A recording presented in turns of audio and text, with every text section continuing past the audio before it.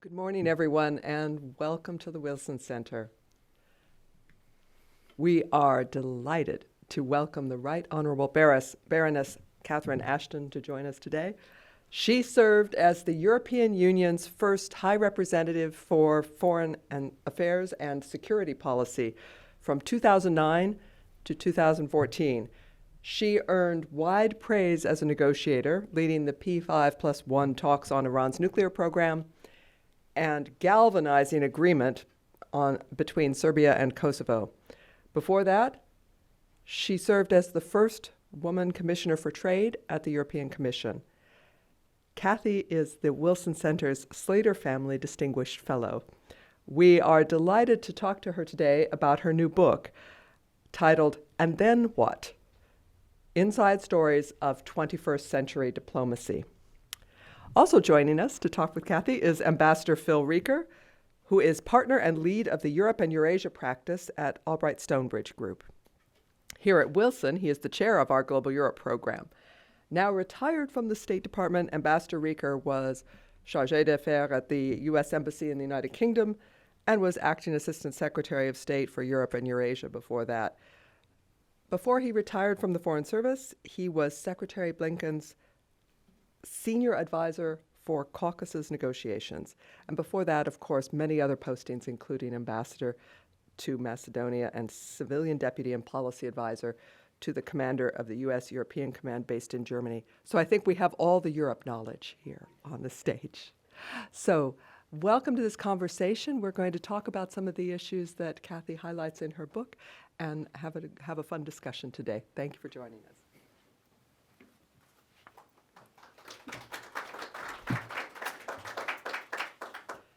So, Cathy, I'm going to open it up with talking about all those firsts that I was mentioning.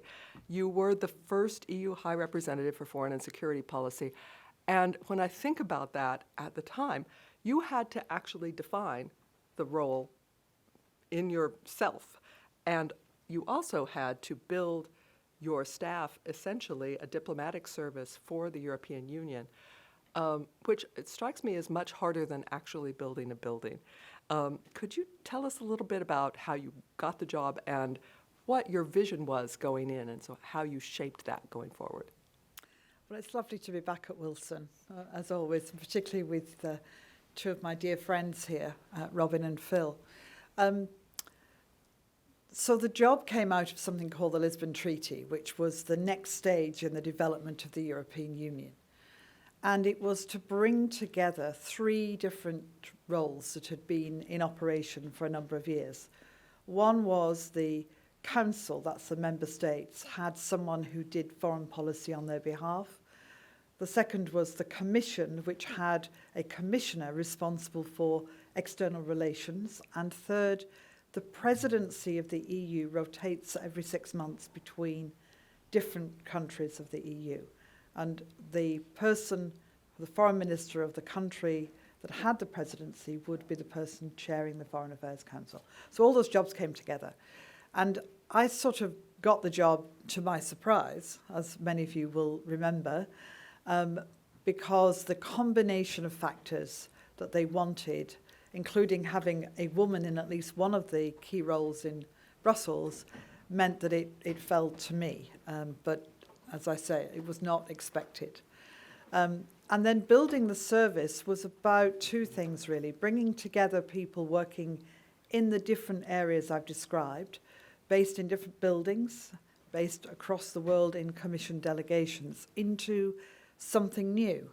And the question I used to ask was, if you go into an embassy anywhere in the world that is German or American or French or Italian, you know which country's embassy you're in. How will you know you're in Europe? And it was that sort of amalgam of thought and ideas that led us to try and develop a service that could do something different to that which every individual service could do. But certainly building it at the same time as actually dealing with the issues, I think I described as rather like flying a plane and trying to screw the wings on at the same time. You stayed aloft, and that is the important thing. Just about. Well, one of the things that struck me about this was how many crises you had to deal with during the time that you were High Rep. And Phil, I know you were also dealing with some of these same crises. Talk to us a little bit about how you interacted there. No, thanks, Robin, and it's a true delight for me to be back at the Wilson Center, in fact, and delighted to be affiliated with chairing the Global Europe program. And to kick off this with Cathy today is there could be no more perfect start, I think. If you go to the Wilson Center website, in fact, and you find me last, I think, November 29th, 2011, when I came for a panel described as the Working Group on the Western Balkans. Mm-hmm. At that time, I was the Deputy Assistant Secretary for Balkans and Central Europe. And we were focusing on setting an agenda for transatlantic cooperation. And that was when I first began working with Cathy Ashton, as I always say, my favorite Baroness. The only one he knows. in a quieter role as the EU took the lead on what was known as the Serbia-Kosovo dialogue process, but with the U.S. Very much involved, less forward-leaning, less publicly, and Cathy writes about that in her absolutely terrific book. So this was one of the major crises that you highlight in the book. That was the real threat of renewed violence, of war in the heart of Europe at the Serbia-Kosovo border.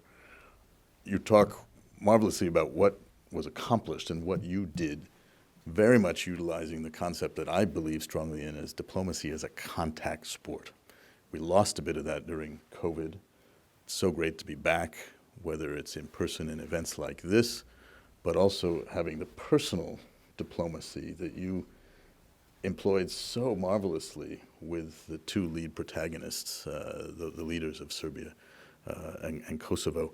And I was wondering if you could talk just a little bit about that diplomacy as a contact sport idea and how much the personal and developing a rapport in negotiating is important and crucial to success in diplomacy.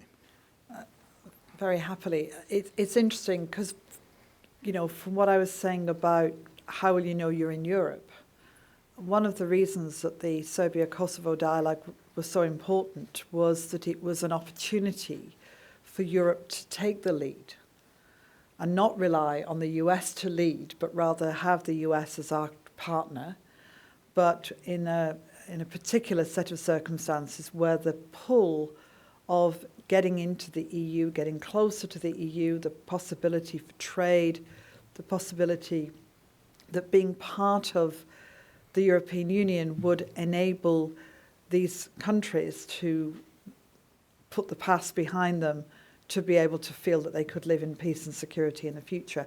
This was the pull and remains the pull of the European Union. We see it now, of course, with Ukraine. It's so important not to be underestimated, and I say that as a Brit conscious of my own country's position. And that was an important element of why that set of conversations, why that dialogue was so important. Phil was my partner, often hidden partner, in doing this, but it was a crucial test for Europe. And your point about the contact sport is really crucial, because one of the problems, as you rightly say, about COVID has been that we've not had the opportunity to meet in person. And when you are talking, particularly in negotiations, you are by definition not talking to people that you might want to go and have a coffee with, or people that you may necessarily not even want to sit in the same room as. But you're trying to find a way through a problem, whatever that problem is. And bringing people together, as we did with Serbia and Kosovo, these two prime ministers who had never met and who came with a history that was extraordinarily challenging.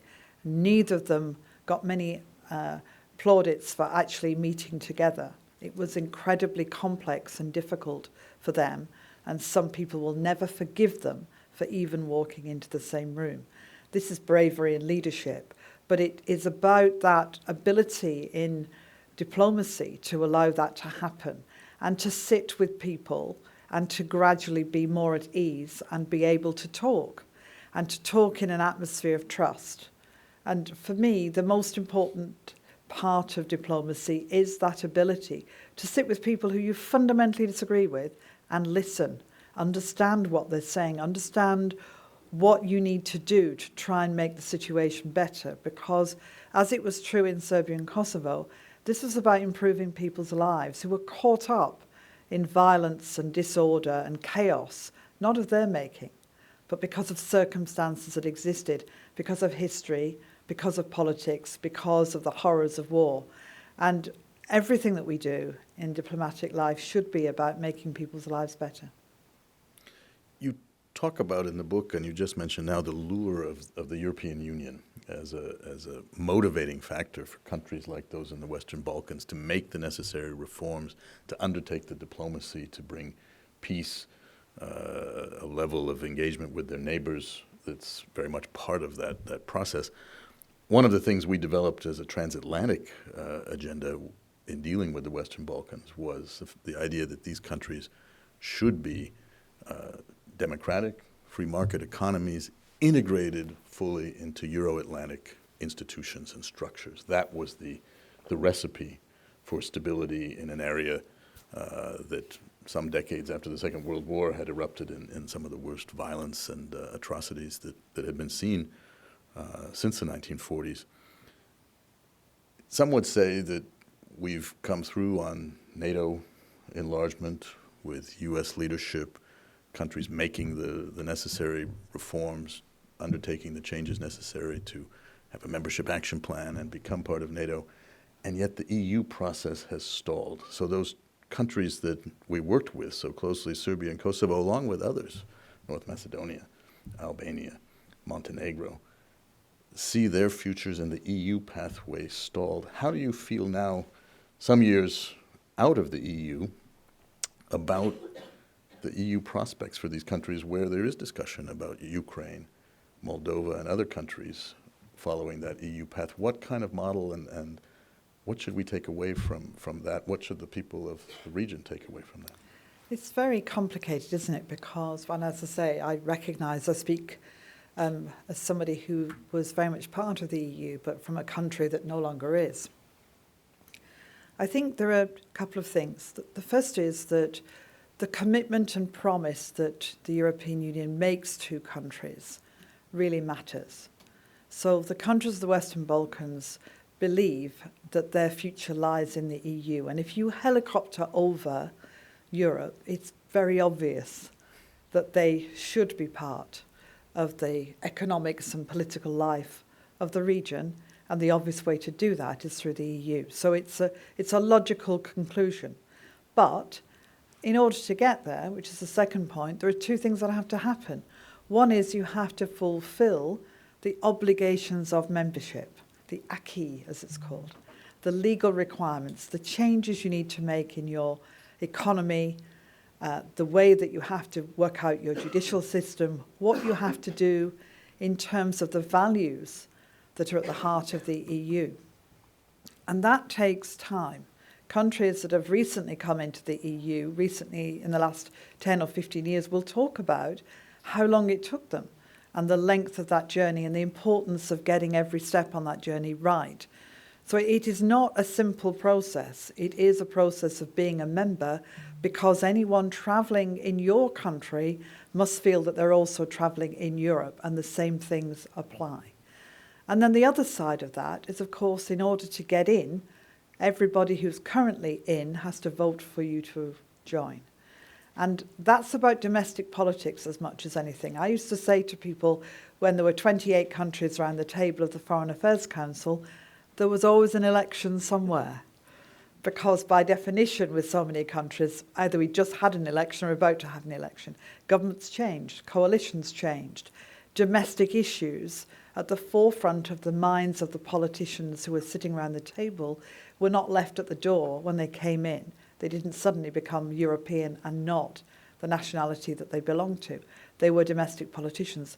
And sometimes domestic politics plays into European politics too. So the combination of things has to be got right in order for countries to join. But the aspirations of countries to join is just as important, because fulfilling the acquis means that you are moving to a society that has a free press, has better police forces, is more able to have a free and open judiciary, is going to move in terms of their economy in much better ways. So those are important elements too, as well as, of course, the promise that making all these changes means that in the future there will be the moment when they become members of the EU.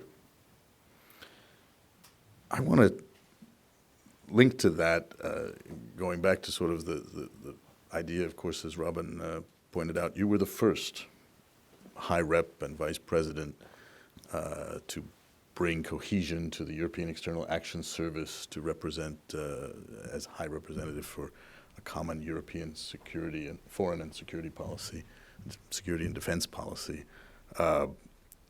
Henry Kissinger, of course, famously said, you know, what is the number for Europe? How do I call them up? And you finally were there to present that number.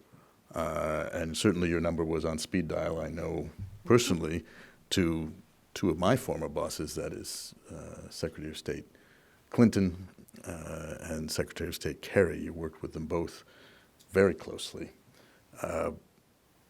Diplomacy is about personalities, is about relationships that you build. Could you give us some thoughts, perhaps, on working with Secretary Clinton and the difference between that and working with Secretary Kerry? How did you find them both? This is Washington. People want to know. Ooh, inside knowledge. Okay. The first thing I'd say, and this is regardless of anyone's politics, the United States was very well served by both. The energy and drive that they both brought to representing this country, to espousing its values and ideals, was extraordinary. And I say that having travelled with both of them and having seen them both close up and in action countless times. So that's a similarity. But of course it's different. The first one I worked with was another woman. And because I was the first High Representative, I was also the first woman in that role. And for many people, they weren't expecting it to be a woman. They certainly weren't expecting it to be me.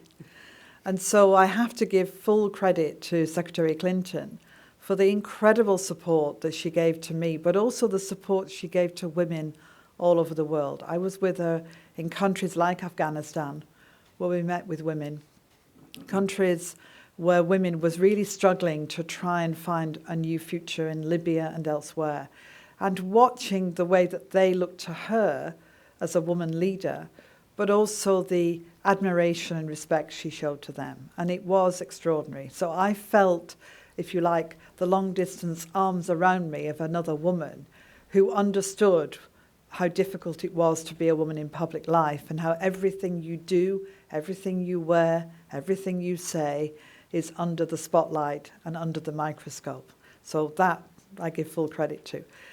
Of course, by the time Secretary Kerry arrived, I was more experienced in my role, and he's a different character.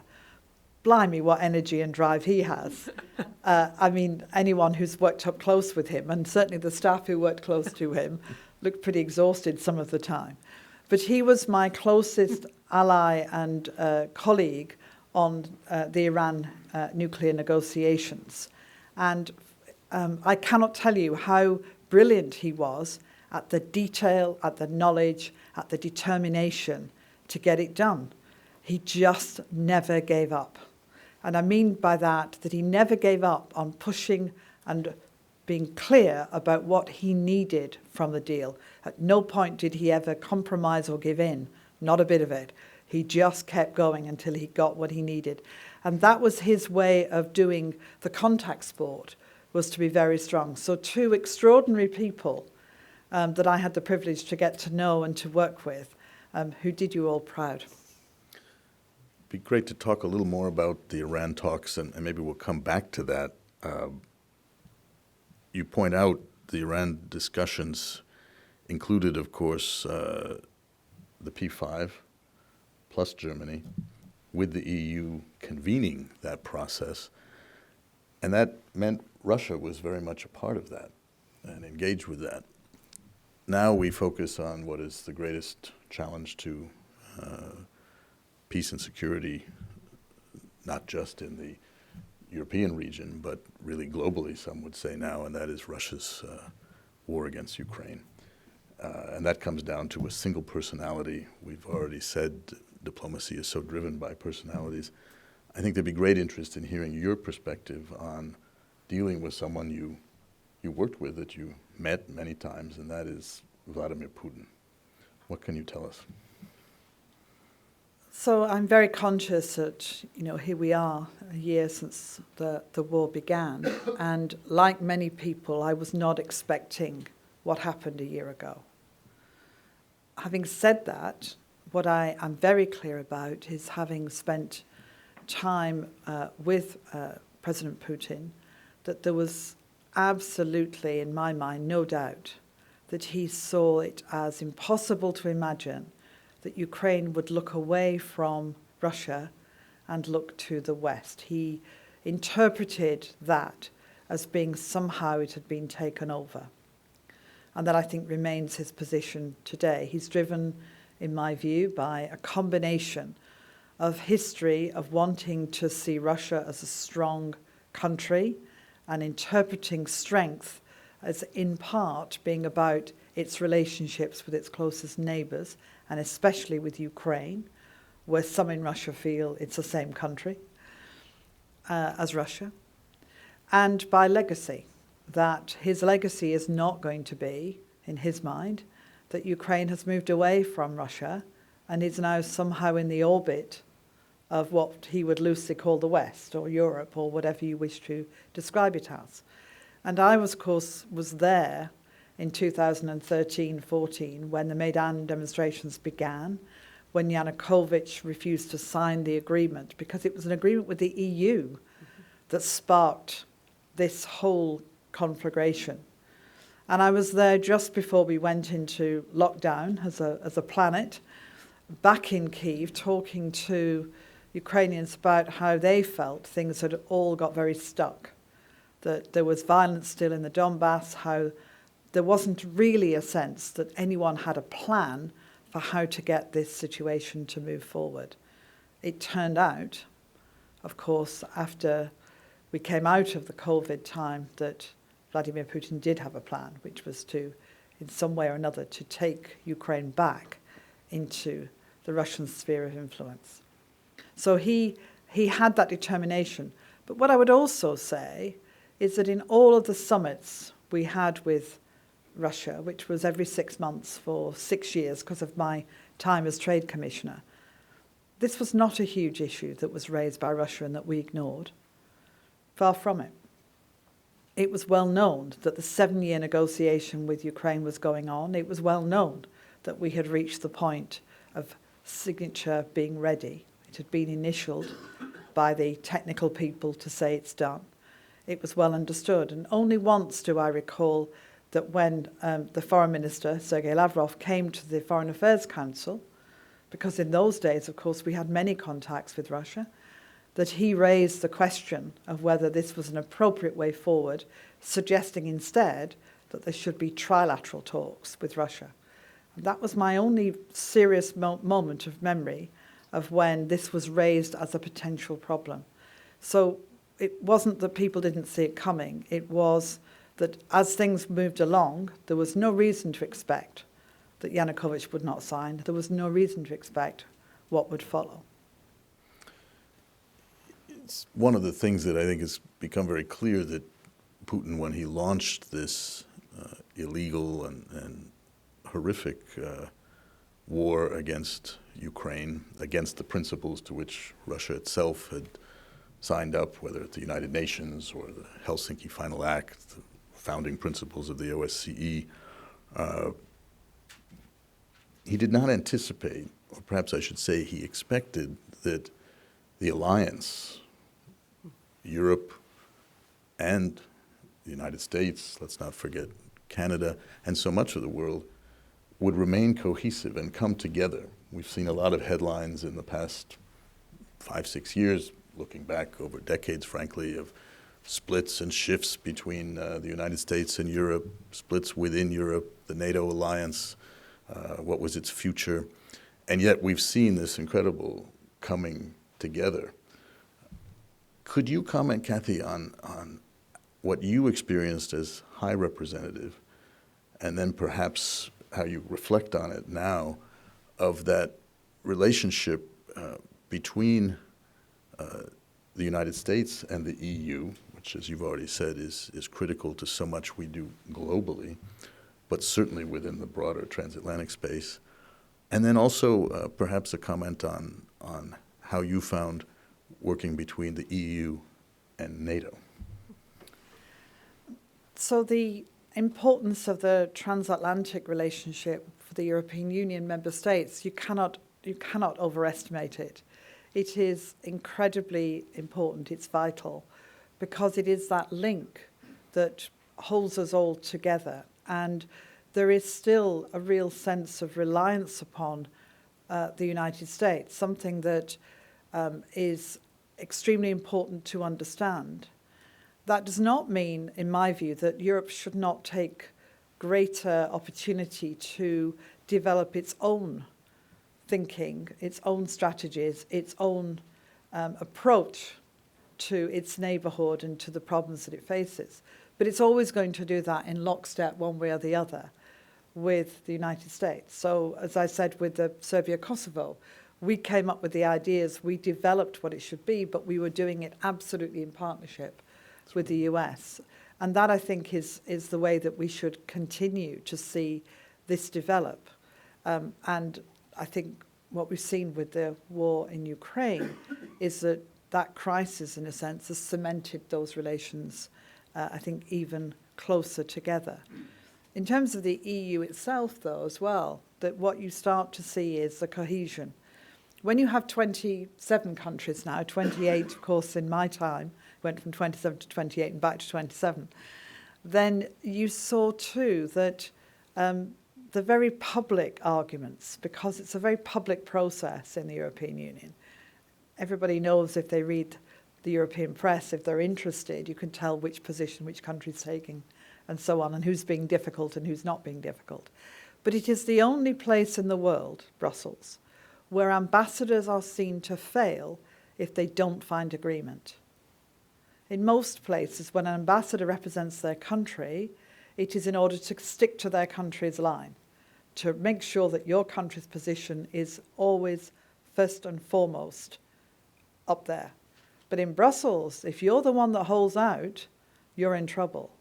And you're often in trouble not just with your colleagues, you're often in trouble back home. So we would often repatriate issues away from other places to Brussels because these were ambassadors trained in the art of finding agreement. Even now, we have some challenging issues you will have seen over probably in the last 24 hours with sanctions, with Hungary taking a different position, but they have found agreement. And it's not just lowest common denominator, it's highest common factor a lot of the time, but it's agreement. And that's very special and to be, in my view, protected, because it's the only place it happens. And NATO operates in very much a similar realm. You asked me that. And an extremely successful alliance. No one can argue. We celebrated its 70th anniversary when some people were predicting it would collapse. Some people see it as in competition with the EU. I've always felt that there's a synergy there. They're both located in Brussels for a reason, frankly. Yeah. What are your thoughts on that as you saw them then as High Representative, and for perhaps reflecting now on how that has evolved in the past decade? I spent a lot of time with the Secretary General of NATO on regular meetings. I attended, as High Representative, all the foreign ministers' meetings and all the defence ministers' meetings of NATO. So we were very closely linked together. There were obviously differences of membership and of issues that got in the way of our collaboration at times. But it was incredibly important that we saw the defence of Europe and the connections between us and the support for defence issues as being part and parcel of the same footprint. Partly done through the European Defence Agency, which I was also head of, which did a lot of work on research and development, and that was relevant and appropriate for NATO as well. What we learned, we shared. We also did a lot of training, helicopter training, which was useful in Afghanistan, but also mid-air refueling, which became a big issue in the Libya campaigns, because a lot of countries of the European Union did not have mid-air refueling capabilities, or certainly between countries, the classic government problem of square holes and round nozzles that we could actually deal with by making sure that you could transfer that properly.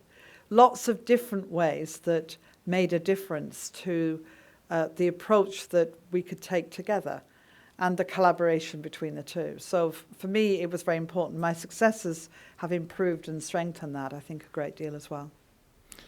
No, I think those are really important insights and something we need to keep in mind very much in looking not just at the transatlantic relationship, but as how Europe works together itself. You mentioned the EU going from 27 to 28, and of course later back to 27, something nobody expected and was a shock to so many of us in 2016 when the UK voted for Brexit and to leave the European Union, and the reverberations of that are still being felt. Maybe you could give us some impressions on your thoughts as that happened, having been the first High Representative from the United Kingdom, of course, and then seeing just a couple of years after you stepped down from that role, the UK leave the EU with Brexit and how difficult that's been. We spoke often when I was in London about how I often felt as heading the US mission there, a bit of a divorce counselor, working between European contacts, the European mission in London with, at that time, Her Majesty's government to help overcome some of the bitterness, frankly, that was seen about that. I know some of your personal thoughts, and maybe you'll share some of them with the broader audience, but what are your thoughts on Brexit? And perhaps I can segue us into some comments about the idea of global Britain. Yeah, I mean, it's always fascinating to see any country do something unexpected. It's especially fascinating when it's your own. And the expectation from everyone, and I think actually largely from the people who were promoting Brexit, was that the end result would have been the opposite, that the choice to remain would have just won, and it didn't, it lost. And the reflections that I think a lot of other countries have taken from that is that if you don't promote what it is you do and you don't make people understand the benefits of something, then it is not surprising when it gets lost. And for a lot of people in my country, this idea of taking back control from Brussels, which was over there somewhere and regarded as this bureaucracy that did things to you, was very potent, along with a feeling that they had not understood the benefits of being part of it. And those messages were turned into very clever slogans that undermined, in a sense, the realities of what was the truth about being part of the single market, the capacity to be projecting British values and ideas into a much bigger landscape called the European Union, being able to, in foreign policy terms, sit at a table and have your ideas and your priorities captured and taken up by a whole continent. Those things were really, really important and got lost in that debate. I think it affected actually how other countries then viewed the idea of doing a referendum on the subject. So perhaps that was a positive that came out of it. In terms of global Europe now, and global Britain now, we have here a global Europe programme, which includes Britain, because actually it's about what Britain's relationship is to the continent in which it sits, as much as in the global Britain context, that those who are trying to work out where Britain's future lies still have to reckon with the relationship between Britain and Europe. You can't ignore it. It's there, just off the coast, and it's big, and it's very important. And it's full of countries that share the same values and ideals as the British do. So it's kind of, I think, in the future going to be about how far whichever government we get next time is able to manage that relationship such that two things happen. One is that economically we recover as far as we can from the hit of Brexit, and we try and find ways to develop easier trade relations with Europe, because that would make sense whether or not there was an EU. And I think, secondly, to develop in the context of foreign policy and security and defence, how far links with Europe, and that sort of takes you into the NATO world, are going to make a difference for Britain in the future. It's not ever going to be as easy as being part of the EU. And I don't know if Britain will ever be on the journey back into the EU. What I am absolutely sure of is that we need to be on the journey to stronger and deeper and better relationships with the EU. And that will require the divorce to become now a benign relationship, and for some of the bitterness and anger that was felt to dissipate. I understood it in the context of the surprise for many European nations that the Brits would do this, and in some context, some of the things that were said at the time, which were not helpful to building a new relationship. But times change, people move on, contact sports carry on, diplomacy at its best will sit down and work this out. Like the best of divorced parents who have to remember that we're still part of a broader family together. And nothing has reinforced that, I think, more than... And by the way, the US again has a role as our divorce counsellor, but also because from the US perspective, having a coherent European, in the broader sense of European, attitude and behaviour and collaboration is really important for the future. I think that's so much the theme of our global Europe program, and as you rightly point out, and as I said repeatedly when I was in London for a year, the UK is part of Europe. Geography does matter, but yet we look together so far beyond our European or even Eurasian borders to some of the other crises. Robin and I were talking a bit about some of the things you highlight in your book. That's right. It seemed to me that you had a almost constant crisis management in addition to everything else. And I'd like to go back to a couple of those, because I don't want them to get downplayed at all, because you were working on them so intensively as you were dealing with these other issues. As you were dealing with Ukraine, you were also in the last phases of negotiating the Iran agreement. And I wonder if you could talk to us a little bit about that and the difficulty of doing those negotiations.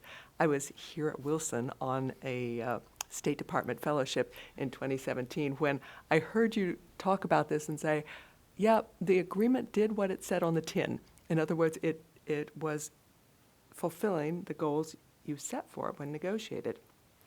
Tell us a little bit about those negotiations. Were you ever thinking that you would not get that deal? And were you ever so fed up with countries that you thought you'd walk away? And that includes maybe the U.S. Every day we thought we would never get the deal. Tin, read can, if you're American. Tin is British.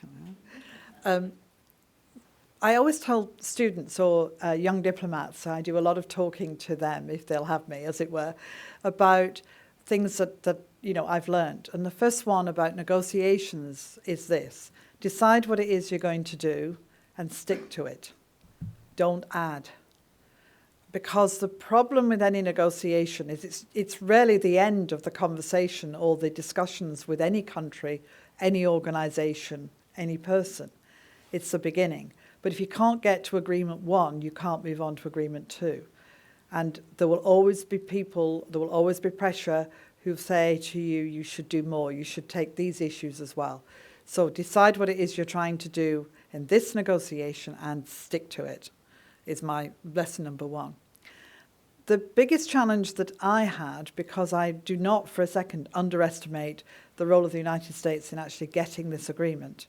They were incredibly important, and the role I've already mentioned of Secretary Kerry, but Wendy Sherman and Jake Sullivan and Bill Burns and a whole range of your amazing diplomats were there to ensure the deal was done. But the role that I played, perhaps more than anything as convener and chair of the negotiations, was with the 6 countries, the P5+1, because the biggest challenge before we even got to the Iranians was to develop a common policy and set of ideas between the 6 that they would stick to. Bearing in mind that with 6 countries, Russia, China, the US, France, Germany, Britain, there were different ideas of what was most important in a deal and what they needed for the deal to feel complete. The US probably needed the most, and you could probably guess who needed the least. The point was we had to, within that spectrum, choose a position that everybody stuck to, and it was the toughest position. It was a position that the US was confident and comfortable with, that remained the position. And even during the beginnings of the crisis in Ukraine, when I was flying from the Iran talks, where Russia was our partner, to Kyiv, to stand in Maidan and talk about what Russia was doing in Ukraine, we never wavered from the 6 countries agreeing and sticking to the same position. In the book, I describe how we got to the interim agreement because it's quite fun and it's a bit dramatic and quite interesting. But also I felt enough time had gone by that I could describe it in a bit more detail than I would moving on to the final agreements at this point. But I was trying within that to show the importance of having a common position. And that includes everything. Just a tiny example. Every word has to work in 6 languages as well. It had to work in Farsi and Chinese and Russian and French and German and English and American English. And just occasionally that was an issue too, because phrases are different and mean slightly different things. So lots and lots of work done in coordinating that. And yes, there were times when it was deeply frustrating. You are locked away for sometimes days, occasionally weeks, with people just trying to work through word by word, line by line, with lots of technical experts in the context of the Iran nuclear negotiations, because everything was technical. Centrifuges, what they did, how you were going to deal with a heavy water reactor versus a light water reactor, the changes that needed to be made had to be absolutely clear and had to be verifiable. The International Atomic Energy Authority had to be able to say, yes, Iran is complying, and that meant the detail had to be worked out. So this was incredibly complicated, extremely difficult, and very challenging. And there were plenty of times, I'm sure, when everybody in the room would rather have been anywhere else than where we were. But my goodness, I did 4.5 years of negotiations, both with the Ahmadinejad regime and then the Rouhani regime, to try and get this done. And I don't regret a single day of it. What I regret was what came afterwards. I want to ask you a little bit about the Arab Spring, because that occurred a couple of years into your watch and involved you in a way that some might not have anticipated as representative from the EU. Can you talk about that? One of the things you highlight in your book is the importance of building deep democracies. And tell us a little bit about how you went about the negotiations, the discussions that you had as the Arab Spring evolved. Well, the first signs of the what we call the Arab Spring, they don't call it the Arab Spring because spring in that part of the world is not the spring we think of. It's actually dusty and difficult, and hot winds blow across that are unpleasant and so on. But for us, it meant something very particular. I had just finished building the service, so it was 5 days old when the first demonstrations began. I had a budget for the first time, and I could employ staff properly for the first time. We'd already done a year of work in doing that, as well as dealing with all of the different issues. And suddenly we are confronted with something truly dramatic.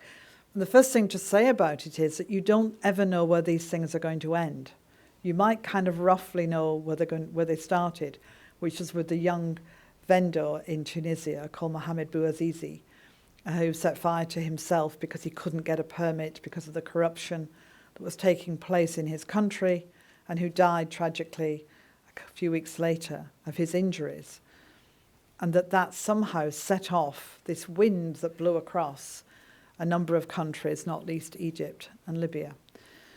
When dramatic change happens anywhere, you hear the calls for life to be different, to have democracy and freedom, to have a sense of, as a young man in Libya put it to me, we want what you have, which is democracy as a way of life. You don't think about it, you just do it. It is what it is. But that very quickly gets translated, understandably, into the call for elections. And somehow the sense that democracy equals elections, when I think elections are the cherry on the icing on the cake, you have to bake the cake first, or you have to bake the cake at the same time to create the underpinning elements of democratic life, which means whatever happens, it may shudder, but it stays. Democracy will carry on. And it's things like civil society, a free press, an independent judiciary, a police service that works for you, the ability to have political parties who can trade their wares, who can talk about what they want to do and have a program and a platform and have television time and get known in the public arena, to learn about the role of opposition as well as the role of government and so on and so forth. Things that we understand, but we have taken years and years to grow. And I would say in those countries, I come from a place where over 700 years ago we had Magna Carta. But until 600 years have passed, people who look like me couldn't vote. So democracy and the building of deep democracy takes time, hopefully not 600 years, but takes time and has to be developed and has to be underpinned by all of the things that make it work. And trying to promote that is part of one thing that I feel very passionately about, which is that we have got to be prepared to stay places for the long term and actually understand that when crises erupt, they rarely come out of nowhere. They may feel like they come out of nowhere to us, but they're often born of decades of problems and issues and need time and energy to actually help and support them develop and grow and change. And that's really a significant part of the things that I learned in that process. So for me, deep democracy is what we're all trying to build in order that as things develop, elections become more and more able to be done in a way that we understand and we appreciate, and which will give people real choices to make rather than feeling they don't even know who it is they should be voting for. As I would often say, it's not a straight line, it goes like that, democracy. You just got to try and straighten it as far as you can. But we're all still on the journey, and that's the journey as I see it. So much of our focus as Western diplomats, as the European Union, as the United States, what we've tried to do working with, let's say, the Western Balkans and integrating them into Euro-Atlantic structures is focused on democracy. And yet some would say, and we've experienced, that our own democracies need some work too, and have shown some challenges, the challenges of democracy. Have we focused so much externally on democracy that we've missed at home in what are assumed to be stable and secure democracies, threats to those democracies? It is something you have to watch over, whoever you are, however long and determined your democracy has been. You have to keep watch over it. One of the debates in my country is about the role of referendums to make huge decisions that are arguably constitutional change. And I'm with Mrs. Thatcher on that. She did not believe referendums should be used in that way. Neither do I. Equally, when you think about how elections are conducted and how change takes place in any country, you have to watch over it. But when it's been nurtured over decades, if not centuries, and it's deep, as I said, it might shudder, but you kind of know you can get there. You may have to do a bit of work on it, but it's still there. The problem in countries where it's suddenly coming in to a new phase is that there's nothing underpinning. So it's very easy for it to be kind of shifted in a direction that's not actually necessarily where a democratic process would take it. And what you also see in some parts of the world is that people like to get elected, but they don't like to want to be elected again. They quite like to stay there. And so you also see those kind of things happening. And so it's really important that the processes exist. I would often say, again, to particularly young people all over the world, is the point about democracy is that you can throw a government out. Having been in governments being thrown out, you know, it's important that people can say, well, thank you very much, but we've done with you now, we're moving on, and know that that can happen.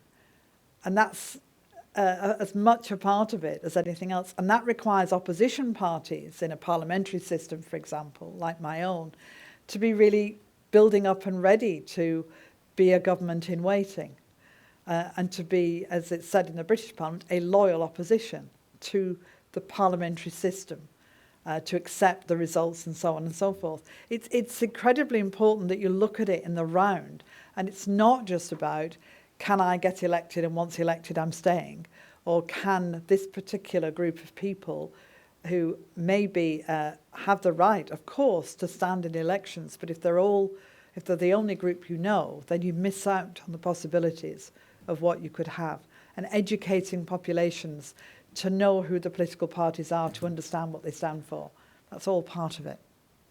It's a good reminder of the title of your book, And Then What?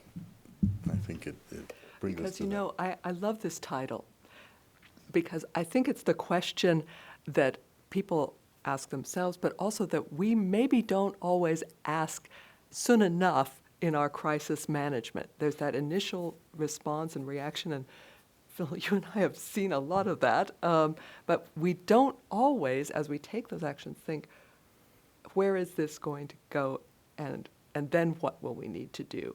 And has that been something that you have seen within your own service and within maybe our diplomatic services? We're not asking that question at the right time? When something happens dramatically, and as I say, sometimes a feeling that it comes out of nowhere and you don't know where it's going. Of course, you have to respond quickly to the immediate.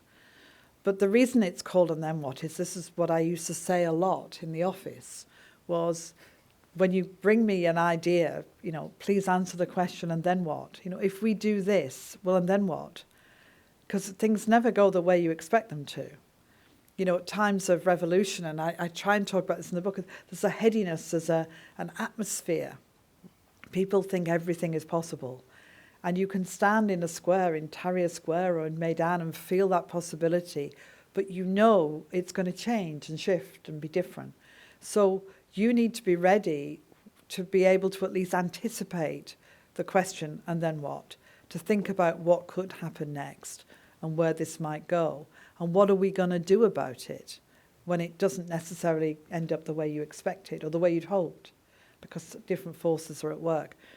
And it does go back to this point about you have to go with it. You have to be prepared to stick with it and try and see through to at least a point when things might change.